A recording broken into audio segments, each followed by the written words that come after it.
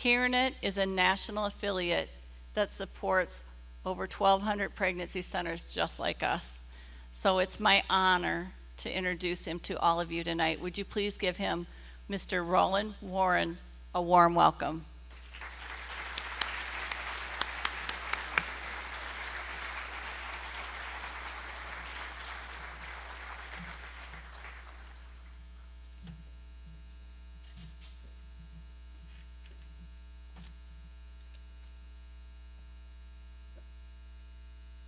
Chris gave you something to mention at the end, but I'll probably forget, so I'll mention it at the beginning.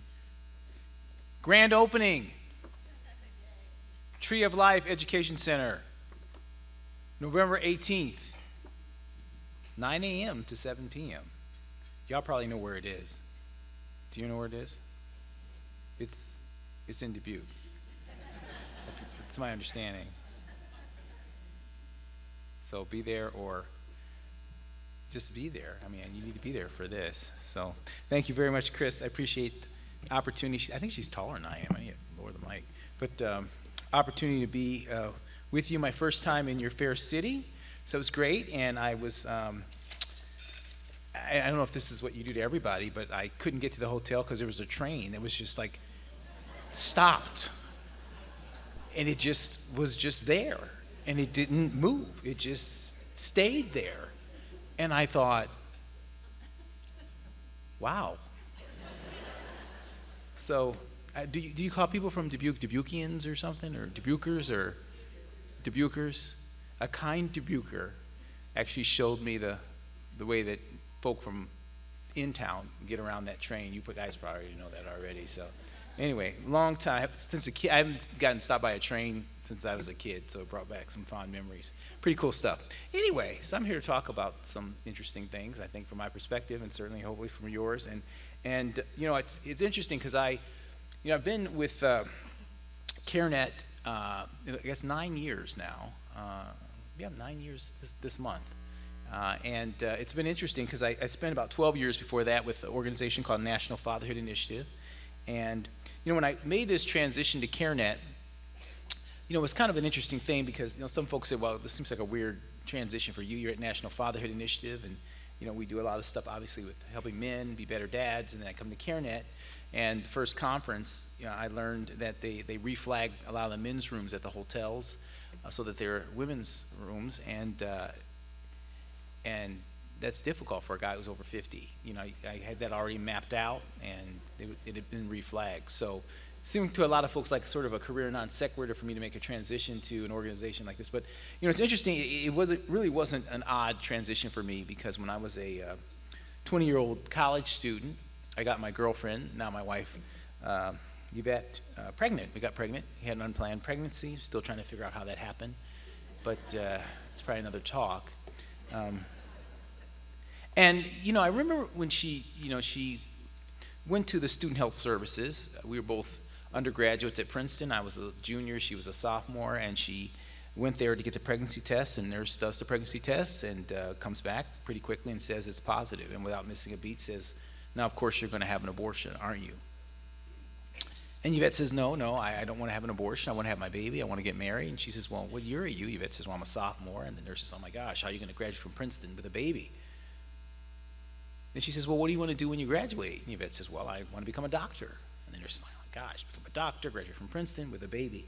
Doesn't seem like it makes a lot of sense. Doesn't seem like the right choice. And it's interesting because we learned that the student health program at the time would pay for the abortion, but it would not pay for the delivery of the baby. It wasn't part of the plan, so we were pretty much penniless college students, and we're on our own. So I remember her coming back to the dorm, and we're sitting on the edge of the bed, which is obviously where we should have spent all of our time. I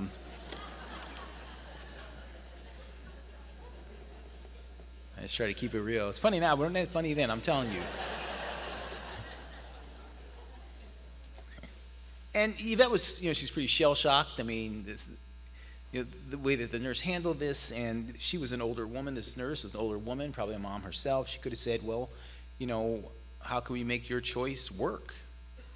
She could have said, where's the father? Who's the father? Maybe we can have him come back to the next visit to support your choice in his child. but she didn't say any of that. Some choice, so there we were. And, in my 20-year-old way, somehow I just kind of said, well, we're just going to keep moving forward with the plan. I'm going to be a husband to you, and I'm going to be a father to our child growing inside of you, and that's what we did, and we got married. And it's our wedding picture, if you can see that over there. Can you see it? It's up there on the screen. Oh, yeah, there we go. Yeah. It's our wedding picture. Got married by Justice of the Peace. I don't know where I'm looking.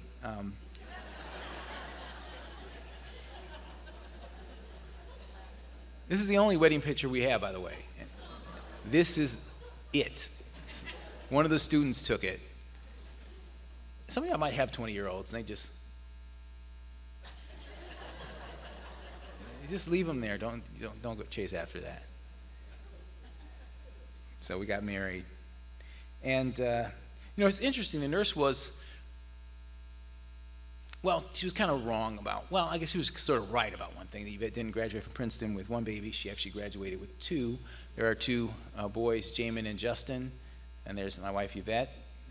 Oldest one, Jamin, still dresses like that. It's very efficient, It's the way the Warrens roll. And it's interesting because when Yvette graduated, there was this AP photographer and took this picture of her in her graduation, holding Justin there, and went all around the country. It was kind of an amazing thing, and it's interesting. We were not trying to make news. Justin had to eat. Yvette had what could feed him, so we strapped him on. That's the way we roll in the Warren household. Here she is graduating from medical school. There she is. She's been a doctor for, I guess, about 25 years or so. And here she is delivering her first baby, not her own, someone else's. And then my two boys, Jamin and Justin, both married. The circle of life, the circle of life, the circle of life. It's interesting because whenever I look at that picture, I'm reminded of the old saying that anybody can count the number of apple seeds in an apple, but only God knows the number of apples in a single seed, doesn't he? And that's why it's so difficult when we try to figure out and try to control life, why it's so dangerous when we do that, because often when we see dimly, don't we? Anyway, when I came to Karen, someone had asked me, I think it was a reporter, asked me the question about, what I said to my wife, that I'd be a husband to her and a father to our child. I said, what were you thinking about in that moment? I'd never been asked that question before, never thought about it. And the word that came to mind for me was the word certainty. It's Jamin's ultrasound picture there, shiny nickel for you if you can find him in that picture. Certainty. You see, because I was certain about what was growing inside Yvette, that it was life, that it was a child, that it was my child. Because I was certain about that, I was certain about everything else. I was certain about what I needed to do. And it's interesting, when I first started with Karen, Planned Parenthood had this one ad. It was a web-based ad, and it was talking about the life issue. And basically the whole premise of this ad was that this issue, this is complicated. We can't talk in terms of pro-life or pro-choice. I mean, it's just complicated. It's just complicated. It's very complicated. Complicated. And I started to think about a typical pregnancy test. Now, some of you may have taken a pregnancy test. I mean, I did. It was part of the interview process at CareNet, but you got to fit in with the peeps, it was negative, just so you know, but.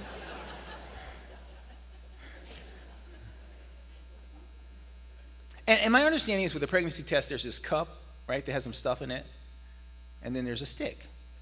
So you got the cup with the stuff and the stick, right? And what you're supposed to do, you're supposed to take the stick and stick it in the cup with the stuff, and then you take it out and you read it, and it says, it's complicated. Y'all get better tests than that here in Dubuque? Yeah, I do. It doesn't say that at all, does it? In fact, it's not really all that complicated, especially when you think about it from the perspective of the child. Either the child gets life or the child does not. It's not all that complicated. It's pretty much a sort of a black and white issue. Not all that complicated. Well, as I was making this transition to CareNet, it's interesting because God brought this whole story of Yvette and our unplanned pregnancy, and I started thinking about the fact that, this unplanned pregnancy that I was a part of was not the best known unplanned pregnancy even to me, which is kind of interesting because, which one was? It was the birth of Christ. You see, from Mary's perspective, this pregnancy was unplanned.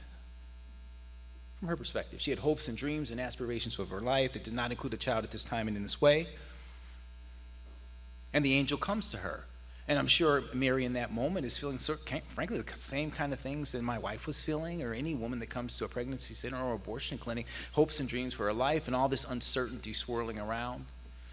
What's Joseph going to say? What's my community going to say? How am I going to take care of this child? All this uncertainty. And what does Mary do? She doesn't focus on the uncertainty of what she doesn't know. She focuses on the certainty of what she does. There's life growing inside of her. And it's not a life worth sacrificing. It's a life worth sacrificing for. And she chooses life. And it's interesting because when I think about the work that Chris and her team do here at Clarity, I think about this because essentially what we're trying to do is she's trying to encourage women who are facing this uncertainty to ascribe to themselves the virtue and the character of Mary. Despite all the uncertainty of what they don't know, focus on the certainty of what you do. There's a life growing inside of you, and it's not a life worth sacrificing. It's a life worth sacrificing for. And it's interesting because folks on the other side of this issue actually do exactly the opposite. They actually encourage her not to focus on the certainty of what she does know, but make her entire decision on the uncertainty of what she doesn't know. I mean, think about that. I've been a businessman for a lot of years, and I'm thinking about I'm in a meeting. I've never had this happen. Well, folks, here's what we know about the customer. And here's all the stuff we don't know. Let's make our decisions solely based on the stuff we don't know. I mean, who does that? Do you see how you end up making a decision that you regret that's problematic? Certainty. It's interesting, though, because for a lot of people, that's kind of where that story ends, because you got to think more about this and read further in the scripture, because what did God do to make sure that Mary's unplanned pregnancy wasn't a crisis pregnancy? Well, he sent an angel to Joseph. And Joseph was a man with a plan, because if you're a man without a plan, you ain't no kind of man. And he had a plan when he heard about Mary's pregnancy. And what was it? He was going to divorce her quietly, put her away quietly. See, back then you couldn't put the baby away, so you put the woman and the baby away. What does that sound like to you? It's basically a cultural version of an abortion. This is essentially what it is. And Joseph thought it was a good plan. It was a better plan than the other plan, which is she could have been stoned or all this other stuff. And he thought, I'm a righteous man with a good plan, and this is the plan. The angel comes to him and says, listen, Joseph, I know you're a man with a plan, but I got a new plan for you, man, and it is this. I want you to be a husband to her and a father to the child growing inside of her. Husband to her and father to the child growing inside of her. And like Mary, he had hopes and dreams and aspirations for his life that did not include a child at this time and in this way. But in the midst of all that, what does Joseph do? Same thing that Mary did. Said, let it be unto me as you have said. Chose life. Chose life. And when Herod wanted to kill Jesus and Mary was at risk, who did the angel come to? Went back to Joseph, didn't he? Man with a plan, I got a new plan to provide and to protect. One man, two missions, husband to her, father to the child growing inside of her. One man, two missions to provide and to protect. Do you see, in God's economy, there's always been a plan for men when there's an unplanned pregnancy. That's his design. He has a plan. And the reason he has this plan, if you think about it, it's interesting because the Holy Family was holy family. Holy family. Why? Because God doesn't just want children to have life, he wants them to have abundant life. So you're going to ask yourself a question: what does abundant life look like a baby? There was this abortion doctor, Kermit Gosnell, in Philadelphia. Some of you may remember him. Thankfully, he's in jail, but he would deliver babies and then he would kill them. That was life. It was an abundant life, consistent with God's design. Or a doctor could deliver a baby and hand the baby to a single mom. Now, of course, we know that being a single mother is a courageous, life-affirming act. But you got to ask yourself a question: is that really God's design? Is that really God's best? Is that really what God wants for mothers and for children? You see, I grew up in a single mother home. I know how difficult that can be for mothers and for children. Or the doctor can deliver that baby and hand that baby to a father and mother who love each other, love their child, who ideally are united in a godly marriage. That's the highest idea of abundant life. And how do we know that? Because that's what happened with Jesus. You see, the scripture could have been written in such a way that Jesus just came into the world, or that he came into the world via a single mother. I mean, do you think that, God said, listen, I can do this immaculate conception thing, but, those dudes with stones, that's beyond my power? I don't think so. See, Jesus came into the world in a way that accomplished God's purpose without violating his principle, this high idea, this design. See, Mary and Joseph, they weren't kicking it or living together or engaged. They were betrothed. They were in a covenant relationship that had not been consummated. It was a covenant marriage. And so Jesus comes into the world consistent with God's design, the high idea. Did you ever think about that? Affirming this high idea of God's design. And Jesus comes into the world consistent with that, and then he is given abundant life in his humanity and then becomes abundant life for all of us. And this abundant life perspective is really, it's based on John 10, right? Where Christ said, I came that you might have life and then have that life abundantly. And what Jesus is talking about here is very rich. This is a deep, deep thing that he's talking about here. Because when he's talking about abundantly, it's this Greek word perissos. And it's super abundant in terms of quantity, right? And superior in terms of quality. Now, when I say super abundant in terms of quantity, you think about going to a fast food restaurant and sometimes they say, well, you want a bigger cup? You want us to supersize? And you say, yes. This is not what he's talking about. He's talking about you taking the cup that you have and you just stick it up against the fountain and it just overflows. And then he's saying superior in terms of quality. Now, if you're a married person, you think about quality relationships with your kids, your spouse. I mean, there's a certain intimacy in terms of that relationship. And you think about Adam and Eve, and they walked with God in the cool of the garden. Cool of the day in the garden. That's the best relationship. Adam and Eve are the only humans, right? Only humans who were able to be in the presence of God and not die from his holiness. Why? Because they had the absence of sin and the presence of righteousness. So what Jesus is saying in this moment is like, I want to take you all the way back to the garden. That's what he's talking about. That kind of life. And then when he's talking about life, he's actually talking about two types of life. One is bios, where we get the word biology, which is physical life, which we talk about as a heartbeat, right? And then he's talking about zoe, which is a unique type of spiritual life that only comes from a relationship with God. And so he's saying, listen, I came to link your bios to my zoe. Your bios to my zoe. In other words, that you might be a heartbeat that's heaven bound. That's what he's talking about. Now, here's the thing. Jesus is saying that's what he wants for folk outside the womb. And if life begins at conception inside the womb, that means that the same kind of life he wants for folk outside the womb is the kind of life that he wants for folk inside the womb. And so Jesus is basically saying, listen, I am not pro-life. I'm pro-abundant life. And so when people ask me, are you pro-life? I say no. I'm pro-abundant life. Why? Because Jesus was pro-abundant life. And it seems to me that Jesus' why statement, why he came, right, that I might have abundant life, should be my why statement in terms of what I should want for folk outside the womb and inside the womb. Do you see? Now, here's the thing. See, you can be an atheist and be pro-life. Because if you're an atheist, you're solving for a heartbeat. It's a good thing. But you're not solving for heartbeats that are heaven bound. And it seems to me that we should be different as Christians, as people of the book, don't you think? Because God's given us a broader vision, a broader perspective. And here's the thing. See, you can't be pro-abundant life. I'm going to unpack this some more for you, but you can't be pro-abundant life unless you're engaging fathers and talking about marriage. Unless you add that component to your pro-life perspective. You've got to do more. I'm going to unpack that for you. Now, let's folks get this twisted.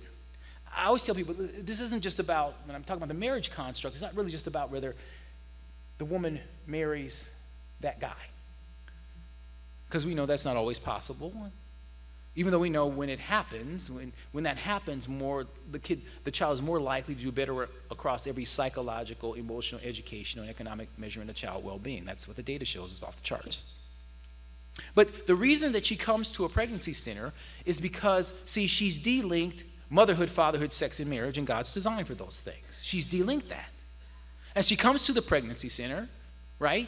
Because she's de-linked those things, and the guy has de-linked those things, and now they have the child, and it's a consequence of that de-linking. So if she comes to the pregnancy center, and we love her up, and she brings the child into the world, and she leaves with that stuff de-linked, what do you think happens too often?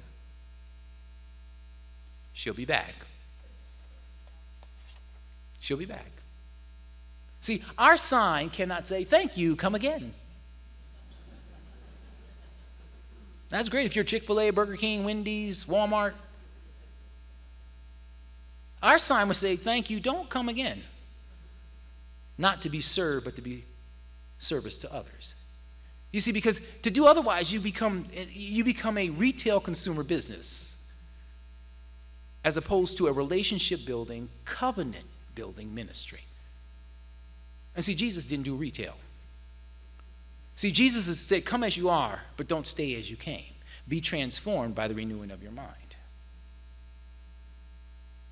So if you're not relinking those things and connecting those values, then she's back. And isn't that the value set that we want her to have? So the next time that she has an opportunity for sex, let me tell you something. If you're a married person and you're not sleeping with someone who's not your spouse, why is that? Because you've linked motherhood, fatherhood, sex, and marriage in God's design. It's probably not because there's no opportunities, but you've linked those things, and so when the opportunity, it doesn't get through the filter. Isn't that the filter that we want her to have? Isn't that the filter we want her to communicate, the value set that we want her to communicate to her children?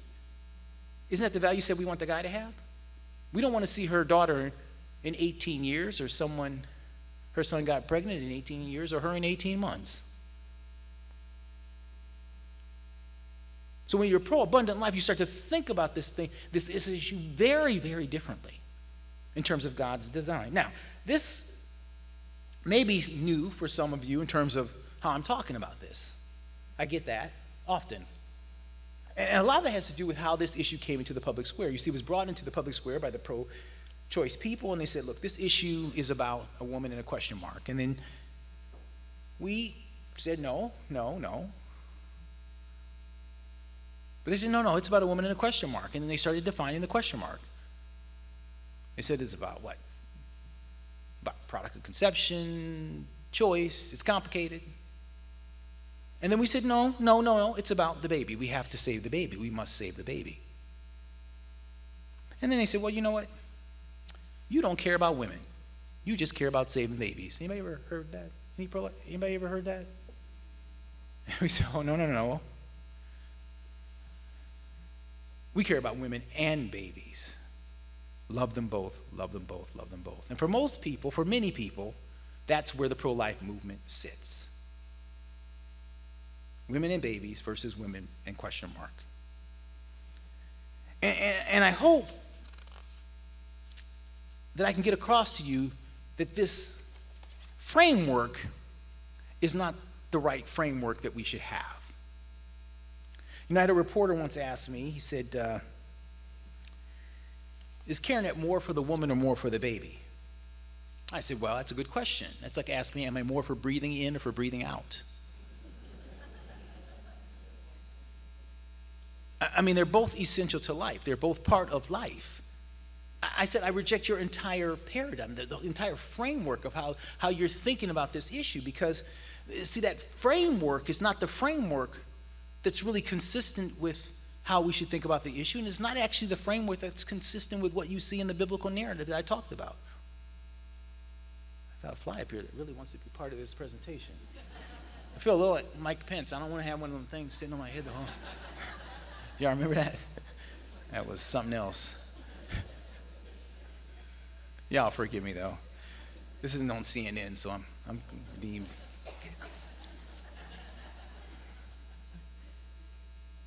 See, the reason why we should reject abortion is not just because it's an assault on the sanctity of life, but it's also because it's an assault on the sanctity of marriage and family as God designed.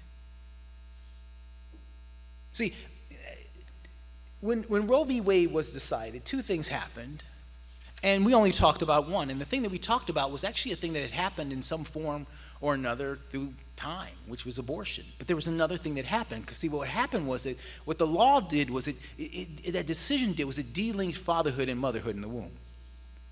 So now women become mothers at conception and men become fathers at birth, legally. Let that settle in. So if you wonder why it's so difficult to connect a guy who's not married to the mom to get involved, we've been telling him for 40 plus years that he's not a father. And rights or responsibilities should be linked. I have no rights to the baby, so tell me again why I should have responsibility. Come see me in 9 months. And we know, of course, if we don't get him connected early on, that it's much more likely that he won't get connected at all. That's an enormous change. You see, our God is a God of unity, and he united fatherhood and motherhood together in the womb, and the baby is a living reflection of this reality. And what God joined together, no one should pull apart. And moreover, that fatherhood is a more fragile cultural and social institution than motherhood, and now we stripped it from its God-ordained connection in the womb, and the effects have been profound. You know, if you're walking down the street and there's a woman who's pregnant, and you point to her womb and you say, "Is that your baby?" I mean, I know we can do some crazy stuff now, but yeah, 99.9%, who else's baby is that going to be? It's visually, physically, biologically self-evident. It is my baby. I mean, I've never seen a woman yet that delivers the baby and says, "That's not mine." Where'd that come from?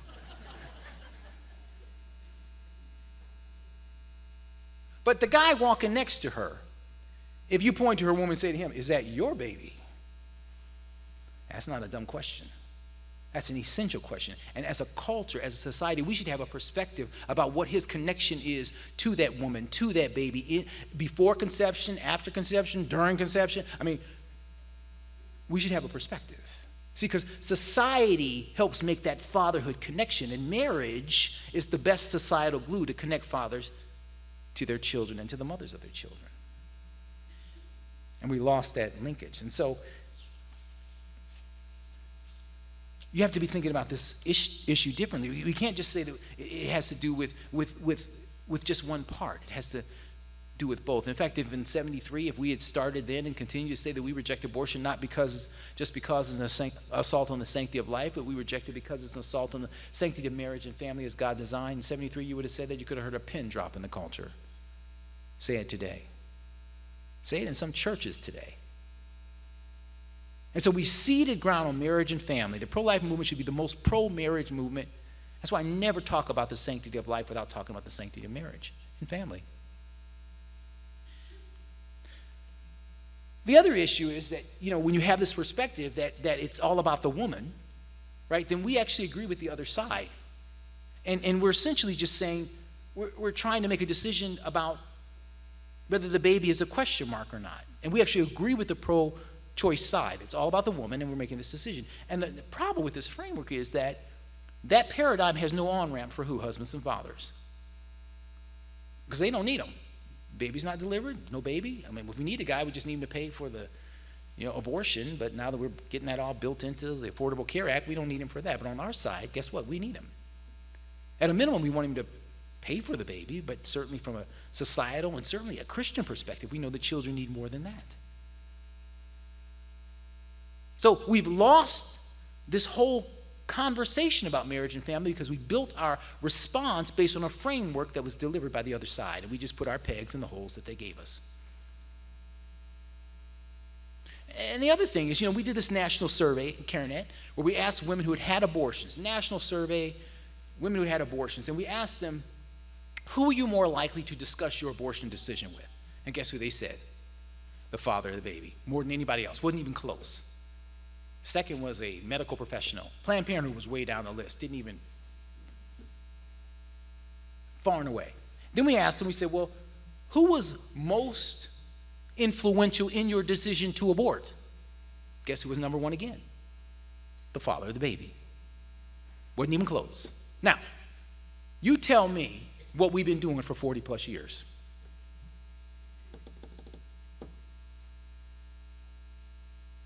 We've been trying to engage everybody but him.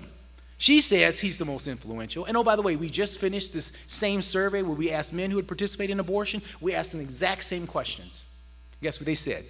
Who did she talk to? Me. Who was the most influential? Me. Now, I'm a businessman by training. If I was going to try to do business with somebody and they said to me, listen, Roland, look, it's my business, my choice. But you see Joe over there in the corner? Every important business decision, I talk to Joe. What do you think I'm going to be trying to do? Get to Joe. We built an entire movement that gets to everybody but Joe. Just saying.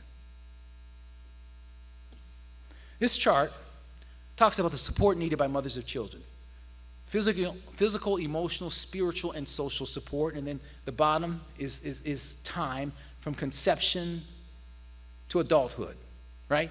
And that red line basically says the support needed by mothers and children increases over time. Now, God is wise. He has a design to make sure that mothers and children get the support they need. It's called husbands and fathers. It's called husbands and fathers. Now, you see that teal in the corner, that conception of birth, that teal? That's Clarity, and we got 1,206 affiliates across the country. Amazing, amazing work that's being done. That you need to support it. You have to support it. The doors will be locked. We were not letting you out of here without giving. It's just not happening. Now, that's not me. That was Chris. I mean, she wrote that. I'm just a humble servant. Just consider me the anchor man. I just read what's in front of me. We're 70,000 little ones saved. Amazing work that's happening here and across the country. Needs to be supported. But we got a problem. You see the blue? That blue is what I call missing support. That's where a woman's hopes and dreams and aspirations for her life are. To the degree that a woman can't figure out how to solve that, she's much more likely to have the abortion. That's what the nurse was talking to my wife about. Now, you can read all the books you want on abortion, but I submit to you, that's the issue on one chart. This is about 9 months and 1 second. If she can't figure that out, she's much more likely to have an abortion. And what's the challenge? The teal can't cover that. Not designed to. Not supposed to. See, 86% of the women who have abortions are unmarried. Did you know that? 86%. So explain to me how you're going to solve the abortion issue without rebuilding a marriage culture. At a macro level and at an individual level. Do you see why I don't talk about the sanctity of life issue without talking about the sanctity of marriage and family issue? It just, there's no Bible in this. That just doesn't even make sense. And by the way, this is from Guttmacher. That's Planned Parenthood's kind of research partner. Is that what you do? Do you talk about the sanctity of life and the sanctity of marriage together, or do you disconnect them? Because the data doesn't. Missing support. Now that brings me to the local church. Now I speak a lot in the South, and in the South they got this way of doing things where if it's one person, it's y'all, and if it's more than one, it's all y'all. Now, any Southerners in the room? Anybody from the South here? You can verify that they don't come up this far, huh? All right. It's probably too cold up here. They're like, oh, I ain't coming to Dubuque.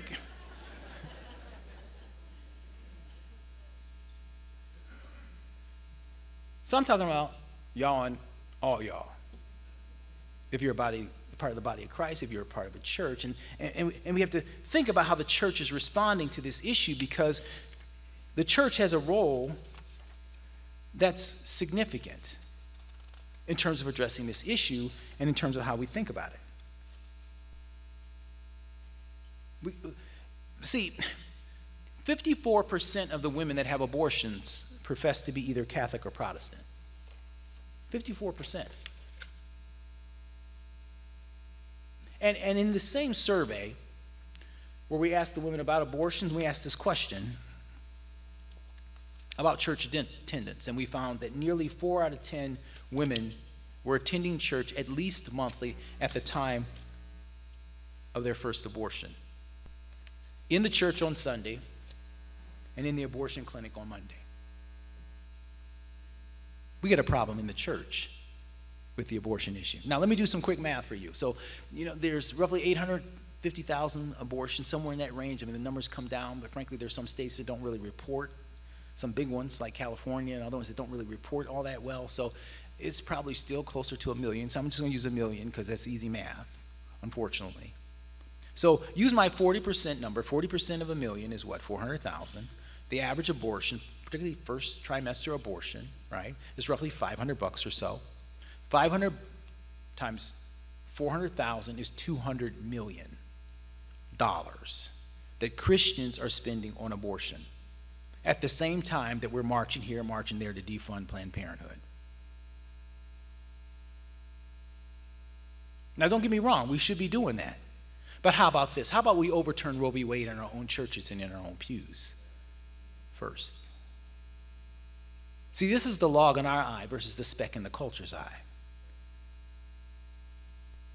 And what a testimony we're here. I go all across the country. I speak at pregnancy centers. So we're trying to raise money. Imagine, what would $200 million do? You think the abortion industry would feel that?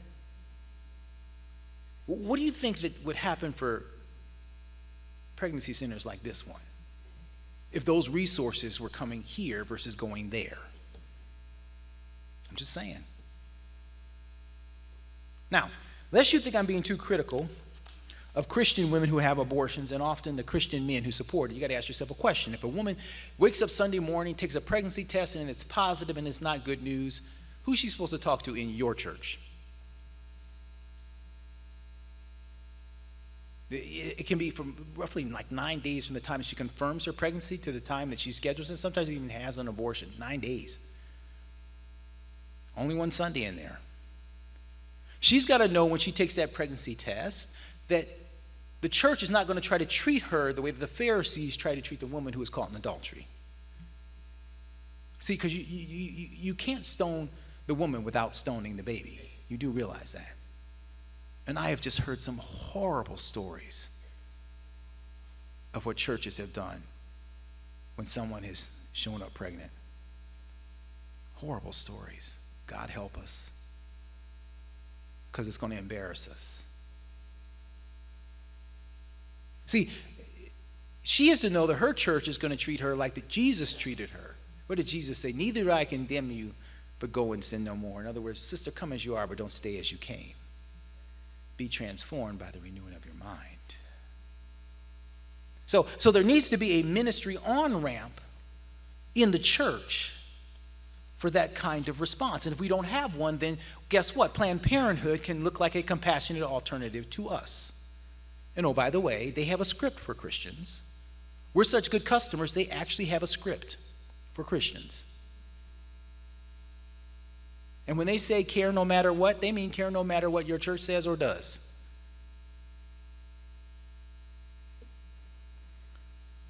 You see, the church has a very specific call to women at Clarity, very specific call.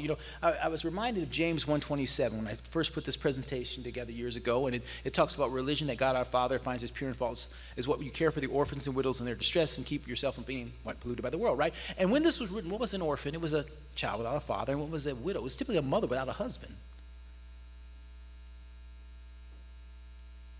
And it's interesting because if you're interested in religion that is pure and faultless in God's sight, that should be y'all and all y'all, correct? Then you realize that this is an issue that the church should care about deeply. And you realize, if you're here because you think that this is this pregnancy center's work and you're helping, then you have it twisted. Because actually this is your work, and she and her team are helping. See, she's giving you an opportunity to participate in religion that is pure and faultless in God's sight. This is a parachurch ministry. Para means to come alongside the church. If you're a lawyer, you have a paralegal. But who owns the client relationship, the lawyer or the paralegal? The lawyer. The paralegal has a very unique set of skills for a very specific circumstance, a very specific time. Sound familiar? So folk that are at the pregnancy center are actually members of churches that just don't know it yet. And so if your view is like, well, no, this isn't about, no, actually this is. These are, you see these videos, you should be thinking something different. You shouldn't just be thinking in terms of treasure, and we want that. But if you're serious about this issue, you got to be thinking in terms of time and talent too.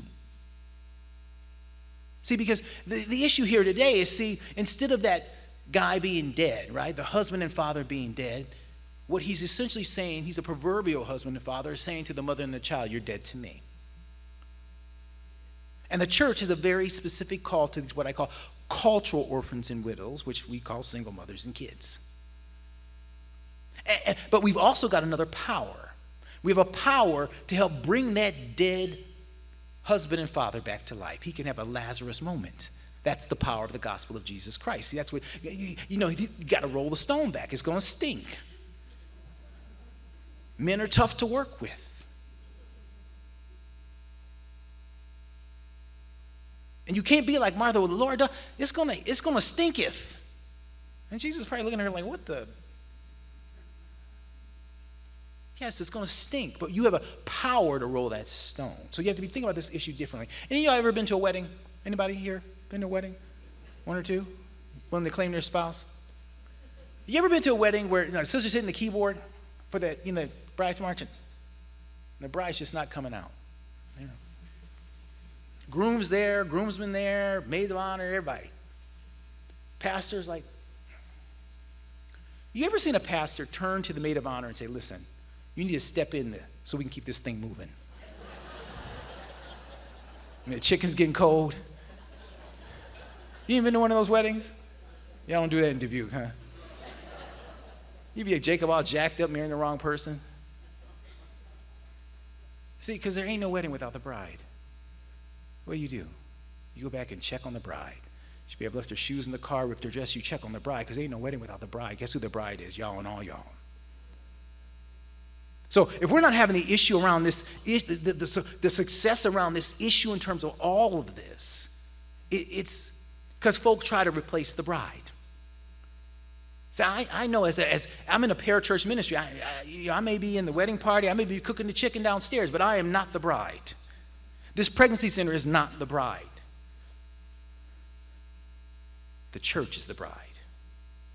And if we're ever going to have an impact on any issue, the church must lead, which means pastors must lead. The best known folks on this issue shouldn't be people like me. I'm just saying. I must decrease. The church must increase. I come alongside the bride. That's what this pregnancy center does. I love Dr. Tony Evans. He says, he has this one quote that I love. He says, when the church fails to act in concert with God's prescribed agenda, God often chooses to postpone his active involvement until his people are prepared to respond. I go all over the country and I hear people say, we're praying about this life issue. We're praying over God. And sometimes I think God's over there like, y'all waiting on me. I'm waiting on you. Are we really prepared to win? That's a whole nother talk. You see, life decisions need life support. So Clarity is like this boat. It's the kind of speedboat, can get to folk, and you heard the videos that people in need and can get places that other folk can't, and they're in the water, you get them on the boat, love them up, dry them off. Oh, there's another one, boom, get them on the boat, love them up, dry them off, right? But it's a small boat. After a while, you got too many people on the boat, what do? You look around and you say, who can swim? And you put them back in the water. See, because the small boat's supposed to be connected to the big boat. And the big boat is y'all and all y'all. And so the small boat's supposed to pull up next to the big boat, and the people are supposed to come off the small boat and get on the big boat. Because the reasons why women have abortions and men support abortions, it's these life support things. Life decisions need life to support. And a small boat's got a very small number of life rings, but every single person in a church has a ring. You're sitting there in your lap. She wants to have that abortion. Why? I submit to you, in the body of Christ, each and every one of you, I don't care how old you are, how young you are, everybody has a place that they fit in this issue. Life decisions need life support. And that's the reason why we developed Making Life Disciples is a resource that's developed for the church to put a pregnancy care ministry in the church, not pregnancy center, but the ministry component in the church so that small groups can come alongside folks who are facing pregnancy decisions. How many of y'all are part of small groups? Any of y'all got small groups in your church? Right? Now, you got to know, small groups tend to be, they're mostly about us loving us. You know it's true. Somebody new try to come to your small group, you're like, It's our small group. It's an opportunity for a small group plant. We got something going on here. It's our thing. We got our feng shui. We got a thing here. What if these small groups became, instead of being about us loving us, became about us loving them? What if your small group in your church was trained so that when Chris has a client, she can pick up the phone and call your church and say, I've got Janie here. She needs to be connected. And your small group says, hey, we're going to come alongside. We're going to love her. Regardless of what decision she makes, we're going to show her the love of Christ. See, oh my gosh, do you think that would change what's happening here? And oh, by the way, if Roe v. Wade is ever overturned, what do you think we have to do? So if that's what we have to do before Roe v. Wade's overturned, if it's overturned rather, then shouldn't that be the thing that we're supposed to be doing before it's overturned? We should be very, very good at that. And that's what discipleship is all about.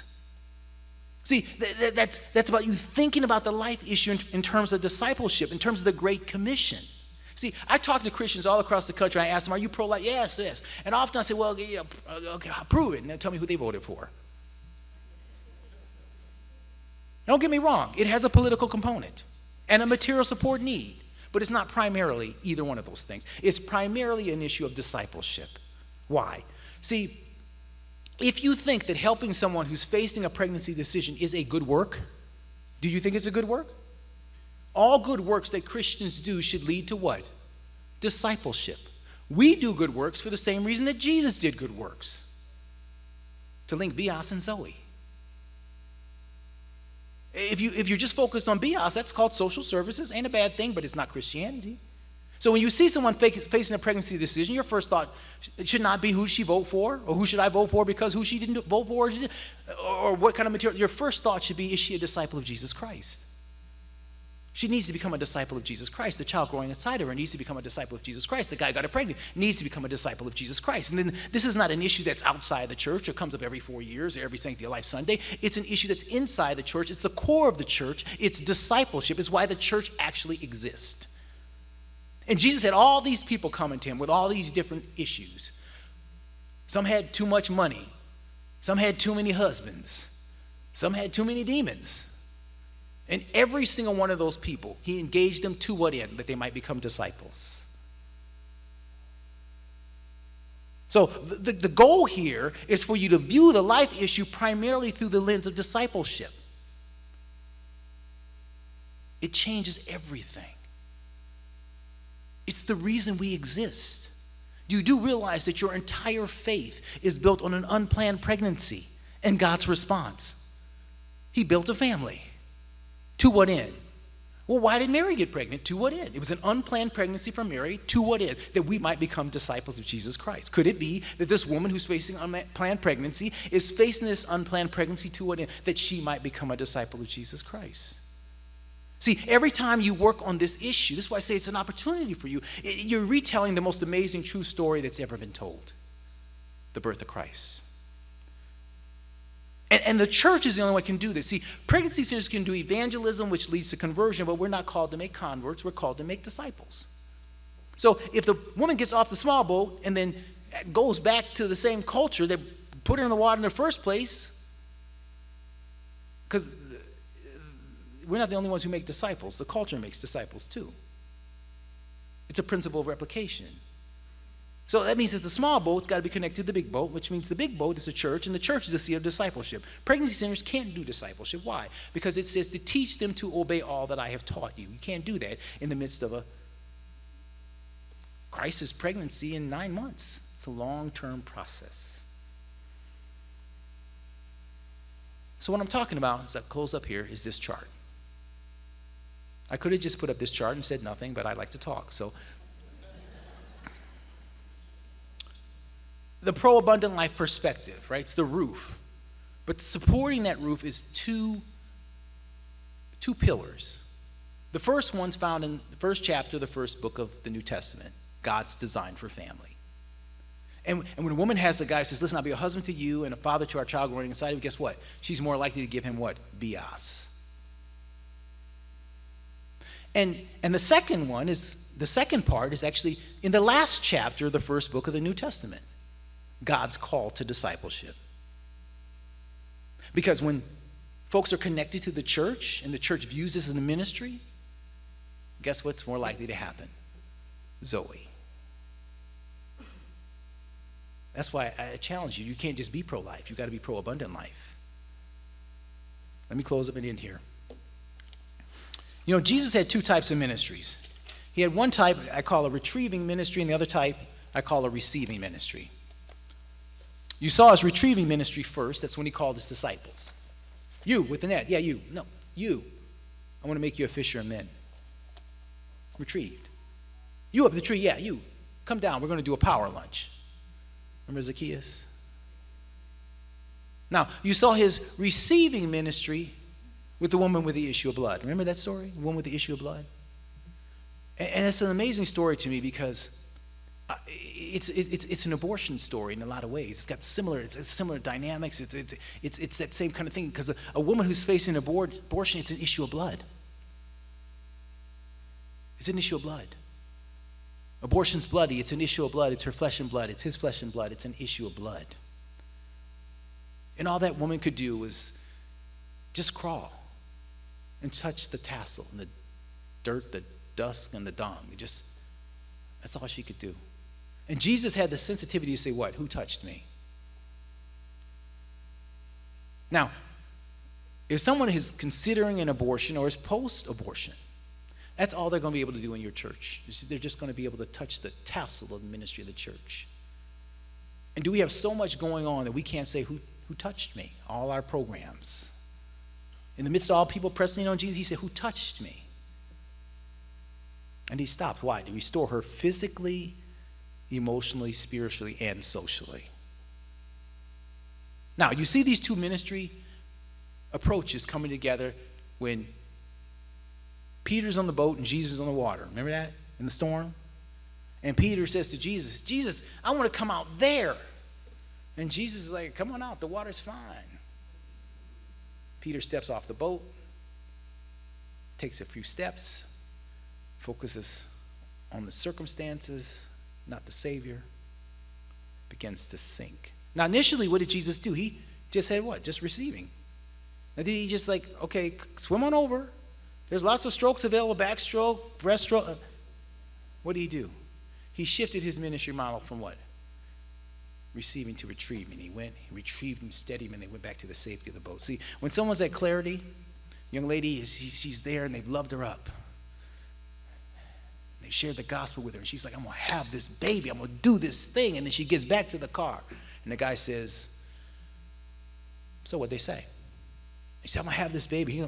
You can be with this or you can be with that, but you're not going to be with this and that. She begins to sink, or she gets home and her mother says, you're not going to live here with that baby.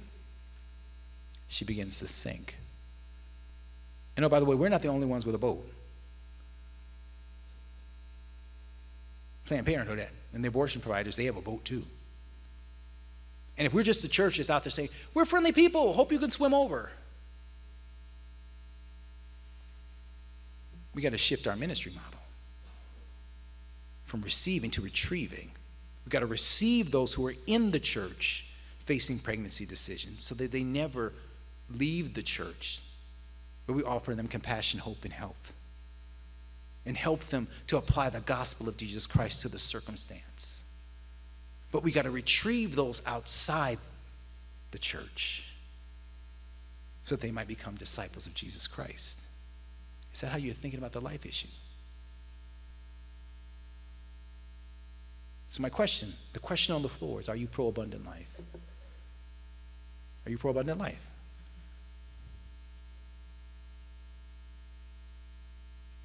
Are you pro-abundant life? Amen? Amen. Thank you very much.